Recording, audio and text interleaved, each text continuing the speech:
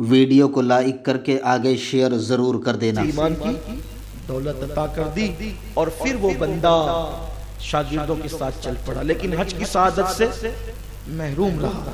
جب بغداد گئے پھر وہی مسند، پھر وہی جاہ و جلال، پھر وہی عزت، پھر وہی وقار، پھر وہی تقوی، پھر وہی پرہیزگاری۔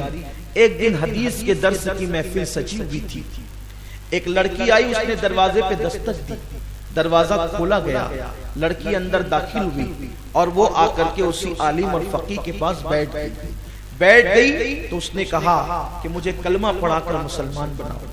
لڑکی مسلمان بن گئی، بہت خوبصورت تھی۔ اس عالم نے اس کو پہچان لیا، شاگردوں نے بھی پہچان لیا، تو اس لڑکی سے پوچھا کہ تو یہاں کیسے آئی؟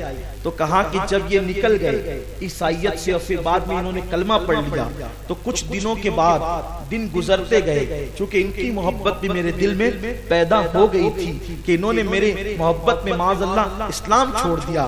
ایک رات میں سوئی، میری قسمت جاگ گئی، میں نے خواب میں سید السادات مولائے کائنات باب مدینۃ العلم حسنین کے بابا زہرا کے شوہر علی مرتضیٰ کو دیکھا اور علی نے مجھ سے کہا اے لڑکی اسلام مذہب سچا ہے اور جا اور اسلام قبول کر لے۔ تو میں اسلام قبول کرنے آئی ہوں، اب اسلام قبول تو کر لیا مولا کے کہنے پر، لیکن چاہتی ہوں کہ اب آپ کے ساتھ میرا نکاح ہو جائے۔ اب اس لڑکی کے ساتھ نکاح بھی ہو گیا، نکاح ہو گیا۔ نکاح کے بعد شاگردوں نے پوچھا استاد جس لڑکی کے لیے عیسائی ہوئے تھے وہ لڑکی مسلمان ہو کر کے مل گئی، لیکن استاد یہ بتائیے کہ آپ کو اللہ نے اتنی بڑی آزمائش میں مبتلا کیا۔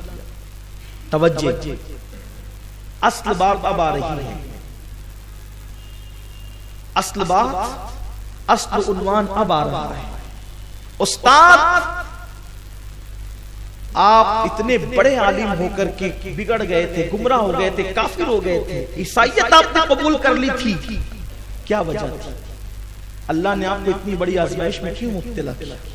اللہ نے آپ کے ساتھ خفیہ تدبیر کیوں کی؟ اس شخص نے کہا اس کی ایک وجہ ہے، ایک وجہ، ایک اور صرف ایک وجہ۔ کہا وہ ایک وجہ کیا ہے؟ تو کہا کہ ایک شخص عیسائی تھا، وہ اسلام قبول کرنے کے لیے میرے پاس آیا اور آ کر کے سیدھا مجھے لپٹ گیا۔ وہ آیا اور آ کر سیدھا مجھے لپٹ گیا۔ تھوڑی یہاں پر میں آپ کی سوچ اللہ کرے بدل جائے ہماری۔ اگر کوئی عطر میں معطر ہو اور وہ ہمارے گلے ملنا چاہے، ہم اس سے گلے ملتے ہیں۔ اگر کوئی مالدار ہو ہم سے گلے ملنا چاہے، ہم اس سے گلے ملتے ہیں۔ اگر کوئی غریب ہمیں لپٹنے کی کوشش کرے جس کے پسینے سے بدبو آ رہی ہو تو ہم فوراً دور ہٹ جاتے ہیں۔ یہ دل کا تکبر ہے، یہ دل کی انانیت ہے نا، لوگ یہ کرتے ہیں۔ لیکن کسی کا پسینہ آخر اس کی بدبو ہی تو ہے، پسینے کی بدبو تکبر کی بدبو سے کم ہے، کیونکہ پسینے کی بدبو پانی سے دھلی جا سکتی ہے لیکن تکبر کی بدبو 7 سمندروں کے پانی سے بھی دھلی نہیں جا سکتی۔ انسانوں کے لیے آج مفاد پرستی، مطلب پرستی، دولت پرستی، ہوس پرستی، نفس پرستی، بس اسی کے اندر انسان ڈوب گیا ہے۔ حق پرستی کے سوا ہر چیز کر رہا ہے انسان، حق پرستی نہیں ہے الا ماشاءاللہ باقی سب ہے۔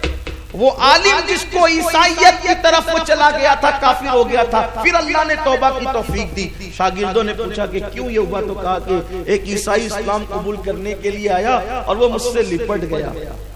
جب لپٹا تو میں نے عذرائے انانیت اور تکبر کا چل ہٹ، میں تجھ سے بہتر ہوں۔ کیا کہا؟ چل ہٹ، میں تجھ سے بہتر ہوں۔ اس عیسائی نے روتے ہوئے کہا بہتر اللہ کے علم میں کون ہے؟ یہ تو اللہ جانتا ہے۔ اللہ کے علم میں بہتر کون ہے؟ یہ تو اللہ جانتا ہے۔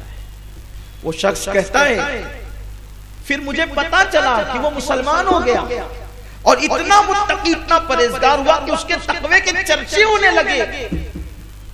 اس کے چرچے ہونے لگے، اور صرف ایک جملے کی وجہ سے کہ چل ہٹ میں تجھ سے بہتر ہوں، بس اسی ایک جملے کی وجہ سے اللہ نے میرا ایمان چھین لیا اور میں عیسائی ہوں۔